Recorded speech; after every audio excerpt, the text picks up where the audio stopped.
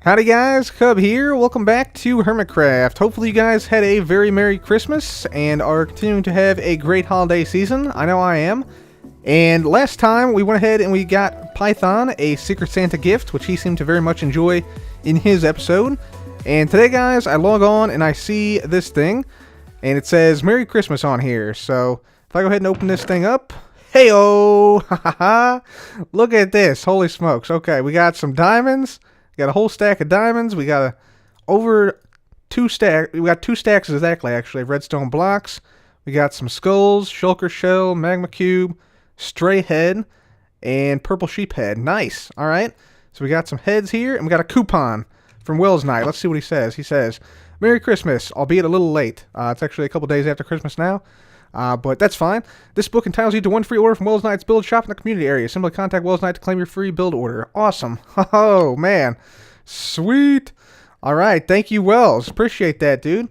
That is awesome. Thank you, Wells. So Wells was our Secret Santa this year, and yeah, left a great gift. I can always use more redstone, and of course, the diamonds. We'll plop those right down in there. And let's get out our redstone box, which is not anywhere to be seen, apparently. Where did I leave my redstone box at? I'm trying to think now. Did I leave it out at the animal farm? The pig, sheep, and cow and chicken farm? I think I might have. Unless I somehow put it in here accidentally. Which is very possible. Yeah, there's red wool in there. That's not a good sign. Yeah, here it is, right here, redstone. Whoops. I accidentally put it in the empty shulker box area, but there we go. We'll put that right in there. We'll put our heads into our extensive head collection in here. So we'll just do that right there. That's only our second stray head, so that's awesome. We'll put this red wool away right there, and there we go. So, yeah, hopefully you guys had a very Merry Christmas, and for those of you guys who haven't celebrated yet, hopefully you guys have a great celebration with family and friends. I know I did. My brother was in town, so I got to see him, which I don't get to see him very often. So it was awesome to hang out with him and see him. And we have a couple of questions today for Jarvis. We're going to have 3 questions today because it's Christmas, so I'm giving away some more question slots. So we will ask Jarvis. First question, Jarvis, do robots enjoy Christmas? Do robots enjoy Christmas? They don't really have feelings, right? Well, this guy might have feelings, though, right? He's a super intelligence, so maybe he does. Do robots enjoy Christmas? That's the first question. Only a fool asks such things. Okay. Wow. Jarvis straight up roasting people here on Christmas today. Dang. Only a fool asks such things. Okay. Well, I do have the next question, which is kind of a foolish question. And this question asks, what about dragons? No context, just that's the whole question. What about dragons? Just an open-ended question about dragons. What about them? What about dragons? Is that also going to be a foolish question, Jarvis? Let's see what he says. What about dragons? Oh, here we go. Prospects seem positive. All right, so yeah, I guess that's a endorsement of dragons, I would say, overall. Yeah, I'd say that's an endorsement of dragons. And the final question is, will Jack Sparrow enjoy his Christmas? We got Captain Jack out here. I think he will. I don't know, we'll see what Jarvis says, but I think Jack Sparrow will enjoy his Christmas. We're going to give him a little something, actually, later on in this episode. So let's see. What's in a name? What's in a name? I'm going to be honest, that one doesn't make any sense at all. So those were today's Ask Jarvis questions, and as I alluded to before, the first thing we're going to do this episode is we're going to give a gift to Captain Jack Sparrow up here. And so the thing we're going to do for Captain Jack today, we're going to make him a permanent feature on the island. So we're going to keep Captain Jack, we're not going to take him down, and we're going to, I think, probably go ahead and I thought initially about putting a nameplate above him, but I think that's going to actually be too long. It would take up too much space above him. So I think what we're going to do is instead we're going to just sort of set him back here. You see this was sort of built up. I think False actually built this up a little bit. Yeah, there's a little bit of a gap underneath here. So we're going to knock this area back just a little bit, a couple blocks back. And we're going to make like a proper retaining wall around here to sort of set Captain Jack back a little bit to make sure that this is like seen as a memorial and not just like a prank. We're also probably going to need to take out this mushroom right here, I would say. Yeah, definitely going to take out this thing right here. And this bit right here is going to have to go. And I think we'll make the retaining wall probably come along the front side here and then come along the back side to about here or so. Like right here. So it'd be like right there would be the retaining wall. That way we can have like a path coming right through here in the near future. I think that would work out quite well. And then we also might put up some fire right here or something, as well as perhaps like a pirate banner or two. That would also fit well up here with Captain Jack and everything. So yeah, I think that would work pretty well, guys. So let's go ahead and make Captain Jack a permanent feature of this area by putting a retaining wall down and adding a little bit of flair to this area. Ladies and gentlemen, our memorial to Captain Jack is now complete, and here is what it is looking like. You can see we have a retaining wall here that's a little bit curved around the Captain Jack statue itself. We also have a fence going all the way around it, as well as some flowers, some fire in here, and some pirate banners that I went ahead and placed down. And if I can show you this from the sky, you'll get a better view of what it looks like overall. So if I come up here, yeah, you can see it's sort of angled at the back and then curved at the front here. So we can just sort of fly around it a little bit right here. And then in the front here, let's just get on down to the front. And in the front here, you see it says Captain Jack Sparrow. And then there's a quote from Captain Jack. It says, "Make sure you put the emphasis on Captain Jack Sparrow. Make sure to put that if I perish." Not all of these words, just make sure Captain is there. Are you really still taking this down? If one day I wind up dead and find that you've put this quote on my memorial, I'll be waiting for you at the bottom of Davy Jones' locker. So, yeah, that's the quote from Captain Jack on making sure that we have the emphasis on Captain there, which we did. And I think it's a pretty decent memorial. Looks pretty decent from above here. Yeah, that's a good shot there. Yeah, looking real nice. Definitely encapsulates Captain Jack and sort of sets it apart from the rest of the area here. We will maybe have to redirect this staircase, though, because this currently comes down right here, so we might have to just like make this come out this direction. And that way we can have like a path coming down this way, leading to the staircase here, but that's not a big deal. We can do that in a future episode. So that is our memorial to Captain Jack Sparrow, and we'll leave that memorial be for now. And we're now going to head over to the animal farm, which I'm sure Captain Jack would have loved. But we'll head over to the animal farm here in the form of the smokestack, which we built a few episodes back. And I have some other things I want to do with this animal farm, this smokestack here, that we haven't done quite yet. So a lot of you guys in the comments section wanted to make sure that I knew that I could give the fire aspect sword, or the fire aspect axe rather, to Johnny. And he could then slay the animals, and there would be cooked meat that would then appear in this chest. Unfortunately, that is not correct, guys. You cannot give Vindicators any type of weapon. Their axe is fixed. So it's possible you could find one with a enchanted flame axe, but it's highly unlikely. This guy has some type of enchantment on his axe, but it's not a flame enchantment. And I don't think this other dude has a flame enchantment on his axe either. We can just test this out real quick. We can just get in here and get ourselves hit by this dude. Nope, no flame. So, yeah, both these guys cannot have flame axes, is what that means, because they have no inventory space. So, yeah, just want you guys to be aware of that. It's not possible to get these guys a flame axe. However, it is possible that we can make a system that will cook up these meats. So we can cook up the mutton, cook up the pork chop, cook up the chicken, and cook up the beef right here. Cook up the beef. And so, yeah, that's what we're going to do right now. We're going to make a system that can cook up all the meats from this system and then output it into these chests right here, because it makes sense that there would be, you know, fire in here that would cook the meat, because it is indeed a smokestack, so it implies, you know, there's some type of flame or some type of heat source in here that could potentially cook all of this meat. Alright guys, so what I'm thinking for this system, let me just sort of share with you guys the overall vision here. I would like to have cooked meats in this chest, so this would be exclusively cooked meats on this side.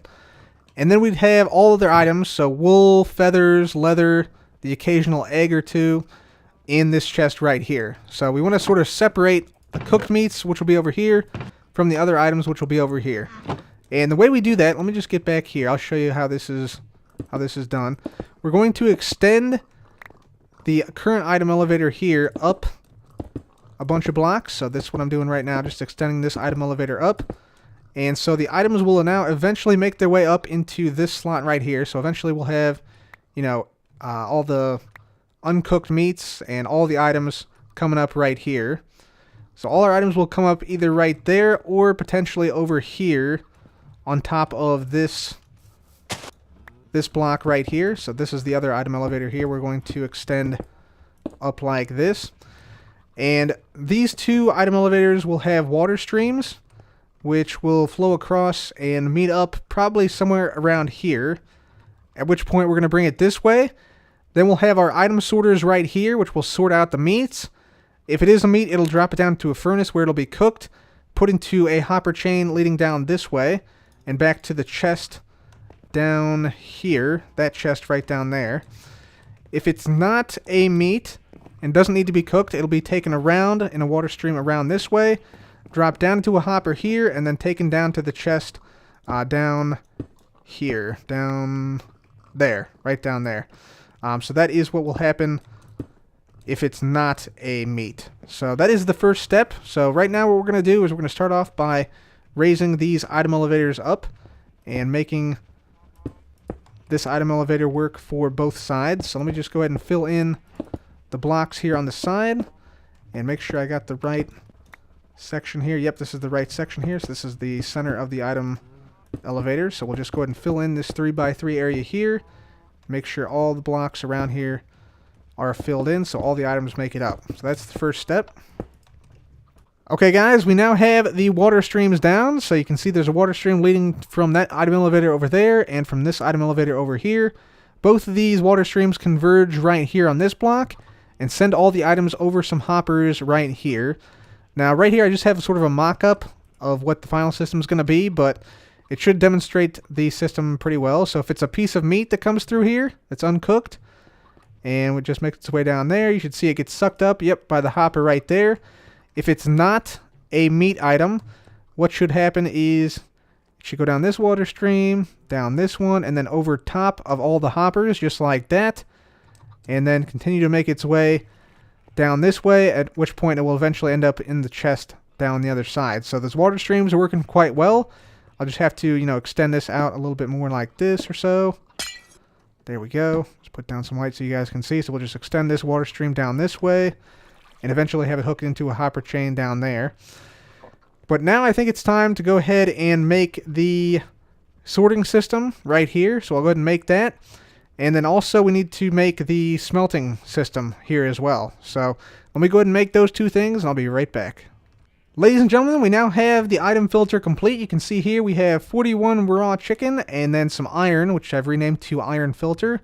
Next one we have the raw beef filter, raw pork chop filter, and the raw mutton filter. And so this is just Impulse's item sorter, which is sort of the standard design for basically all sorters in Minecraft except for shulker box sorters. So this is, the sorter we have here. These all will output to the hoppers right down here. So if I put like a raw beef in here, see that raw beef then drops down into this hopper here. If I were to put a pork chop into here, it puts the pork chop down into this chest, or into this this hopper right here.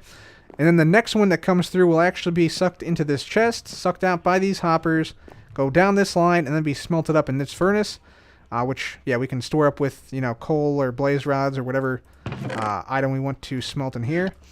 Then that will then be taken out, the cooked meat will be taken out down this line and put down into the cooked meat chest below. Meanwhile, I also set up the other line, the other water stream. So the other water stream keeps going down. So this is where all the other items will go right here, down this line and down that chute to the other chest down below. So let's go ahead and test this out right now. I'll go ahead and put down a ice right here, which will bring the water out. Very good.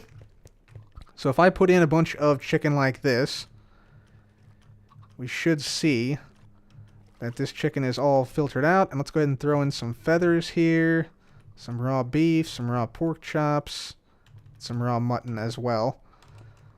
And so all those are going down here. See the mutton get picked up in the end, and we should see, I guess the feathers have already come through here. Let's just try it again though. Throw in a feather, throw in an egg, we'll throw in a couple of wool. Those should all go right over the item filters. Yep, and then make their way down this stream. There they go. Straight down into the chute and into the chest down there. Now we should see some meats being smelted in here, or cooked rather in here. So there's our chicken, and we should see the rest, yeah, the beef, the pork chops, and the raw mutton queued up, ready to go. Let's go ahead and head on down and make sure we see all the items coming into the appropriate chest. So yeah, there's the cooked chicken, there's the cooked mutton.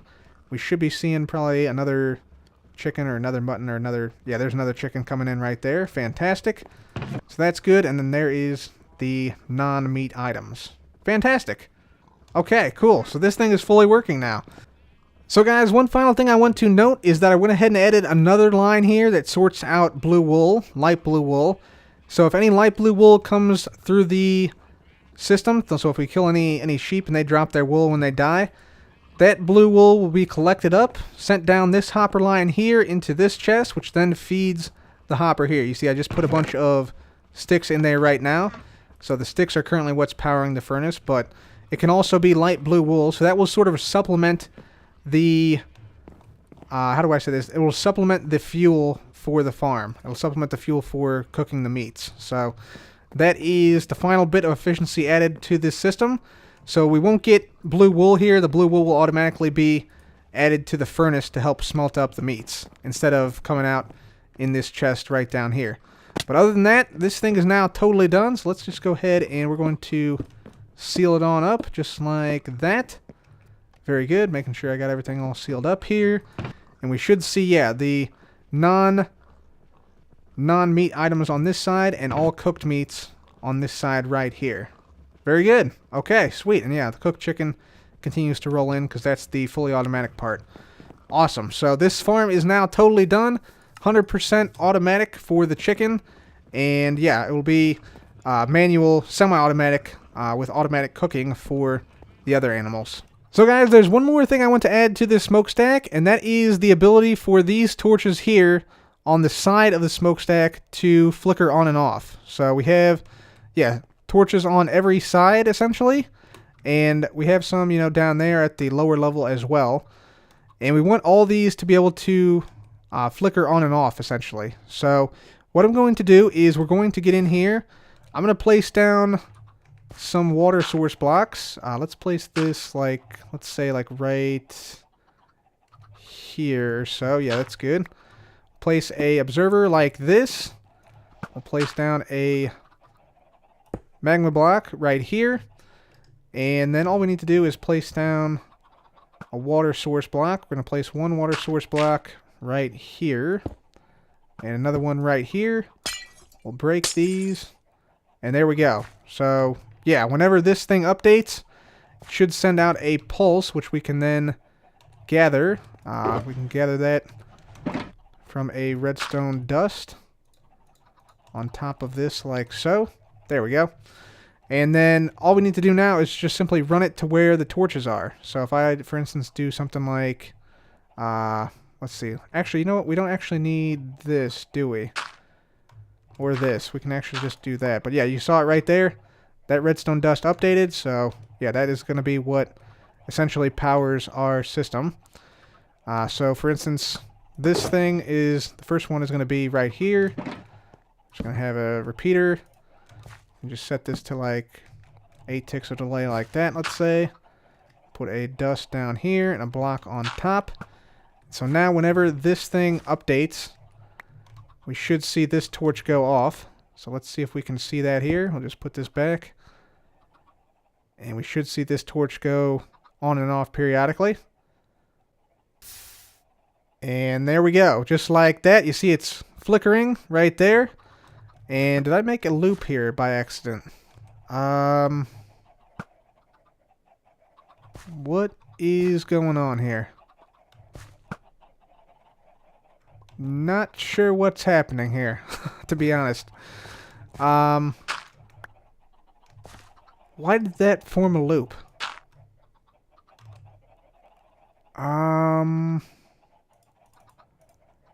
This shouldn't interfere with this thing. Oh, is the redstone updating the water there? Wow, that's a weird bug. So, what was happening there, I think what was happening there, this redstone updates the water diagonally and causes the observer to detect a change in the water. Is that what's going on? That's exactly what's happening here. That is really bizarre, guys. I did not know that bug existed, but apparently it does.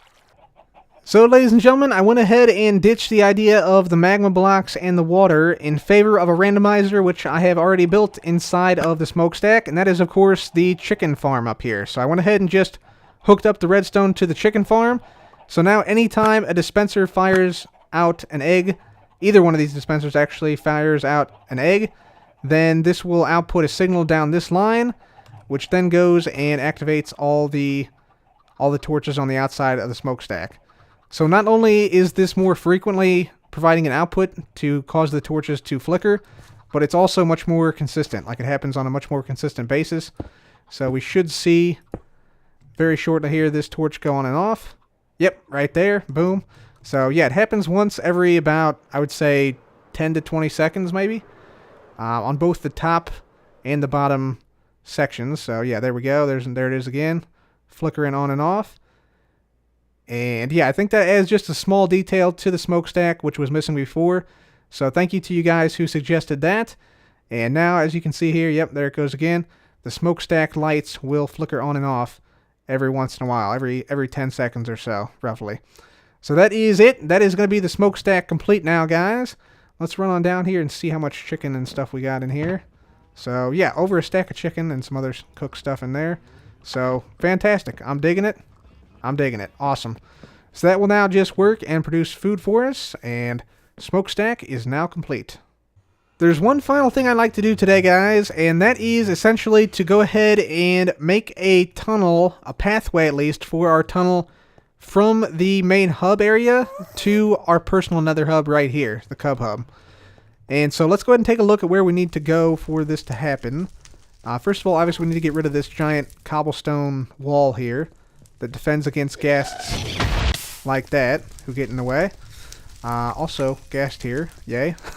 So we need to, yeah, get rid of that giant wall, obviously, over time. But our tunnel is going to come right down this area right here. And so this is at what level? This is at level Y84, X284, and Z minus 4. Let's see, Z minus, let's see, we need to have it hook up over here. Roughly, like right here, so we're at roughly minus 290Z. But 284X is the main number we need to take away from this. 284 and 84, so that's pretty easy to remember. So let's make our way down here. This is our tunnel as it currently stands. Problem is, though, is that Joe Hills is building his own hub right here. And I don't think I want my, like, Elytra tunnel to go right through his hub, although we could have it do that. It might be kind of cool to do that, but I'm thinking maybe we just go around this whole hub that Joe is building. So instead of having our pathway come down here and then go diagonally, we'll have it go straight out this way. So let's just make our way over here. We'll have it go straight out this way past Mumbo Jumbo's tunnel, which I don't think should be in the way too much, because it goes down pretty rapidly here. It goes down like really quickly to, I think, like level 30 or so, so that shouldn't be an issue. So I'm thinking, let's see, we need to go to minus 284, and we're at 84 right here, so we have to go 200 blocks in that direction. And then, let's see, roughly, so we have to go minus 295, so like 270 blocks in that direction. And then we also need to go down 9 blocks. So guys, I went ahead and started to dig a little bit here, although I think it probably would be a good idea for me to go ahead and, you know, maybe see where Joe Hill's and ZF's portals terminate, just to be sure I don't run into those guys. So if I make my way down here, we might want to check out, let's see where Joe Hill's portals end up. We go up here. I think Joe's are at like 120 some or so. Let's see here. So 122, yeah, for Joe's portals. And you figure he might want a few blocks beyond that because, yeah, the Red Sky Bay glass and the nether brick and stuff, he might want a few extra blocks. So we'll say like 130 or 140 for Joe Hill's would be where his terminates. And then we got ZF over here, I think, down this tunnel. Yeah, ZF's down here. So we'll see where ZF's portal is. ZF's portal is at 142. So yeah, we'll give ZF up to like 160 or so, I think would be good. Like 20 blocks or so. I think that would be good for him, in case he wants to build like a portal or something. So we'll go around him a little bit. So I think that means we need to make our tunnel, it should start to curve to the left at about 170 or 175 roughly. So I think that's what I'm going to do. I need to make the path sort of undulating, like up and down, but also flyable with the elytra because, you know, it's supposed to be like, eventually it'll be like a wormhole, and we want to be able to fly through the wormhole. So it's going to need to be somewhat wide. I'm just going to make, I think, probably a 3x3 here just to like sort of practice and see like what sort of path I can get going here. But I think I'm wanting, you know, like right here would be like the jump off point. So at this point you would jump off and have to start flying out to the base. I may also have like a minecart system that goes underneath the wormhole. That would be kind of cool too. Just in case people can't fly for whatever reason, like if the server's lagging severely or something like that. That would be pretty awesome too. So I think I'll just go ahead and make like a little 3x3 and try and hook it up to the coordinates out there. I think it was minus 284.84, I think is what it was. So we'll try and hook up with the coordinates out there. So let me go ahead and just dig out a tunnel here, and I'll be right back. Okay, guys, so I got the initial dig here done for this tunnel. Like I said, this is just the initial dig, and just sort of like the initial planning of the route. Nothing is set in stone here. We could always change this later on, but this is sort of what I'm thinking at the moment. So we start off here. This is where we'll jump down and take off from, just like that, except obviously we'll need maybe another block or two down. From there, we're going to sort of level out around this level here. We're going to start to come up at this point. We'll probably need a few more blocks here to come up a little bit. Then we will continue to rise down here, so we'll have to have rockets to boost, obviously. So we'll come down this way. It'll sort of flatten out a little bit here while drifting to the left. And again, this tunnel is going to be a lot bigger than this. I'm probably going to make it, you know, maybe 7 to 9 blocks across or so, just so, you know, there's not that much risk of running into the sides. Then it's going to come over here. We're going to go over this spot here. Oh, thought I heard the gas shoot something, but I guess not. So we'll have, yeah, a tunnel will come right across through here. We'll make our way down here. And then at this point, we're going to go back up through this way. So we're going to have to make the ceiling a bit higher there. We're going to sort of stall out like above here, like in this roof here. So it's going to be like a point where we can sort of go a little slower. And then we're going to end up coming down this way and boosting right through here back to our base. And this part here will just sort of like meander left and then right slowly before going down at the end here, because we'll need a spot to launch from as well. So it's going to go down at the end here, and then we'll launch on this side from this location right here. So guys, I think that's going to be it for me today. Also, I just want to note that we will now be back on the same schedule we were on before. So every Tuesday, Thursday, Saturday will be Hermitcraft, and every Monday, Wednesday, and Friday will be Hermit Skies, which is the modded series, which I'm actually really enjoying. I highly recommend you guys check it out if you haven't already. Anyways, guys, hopefully you're having a great Christmas and a great holiday season. For now, I am out. See you next time, and thank you so much for watching. This has been Cub. Goodbye.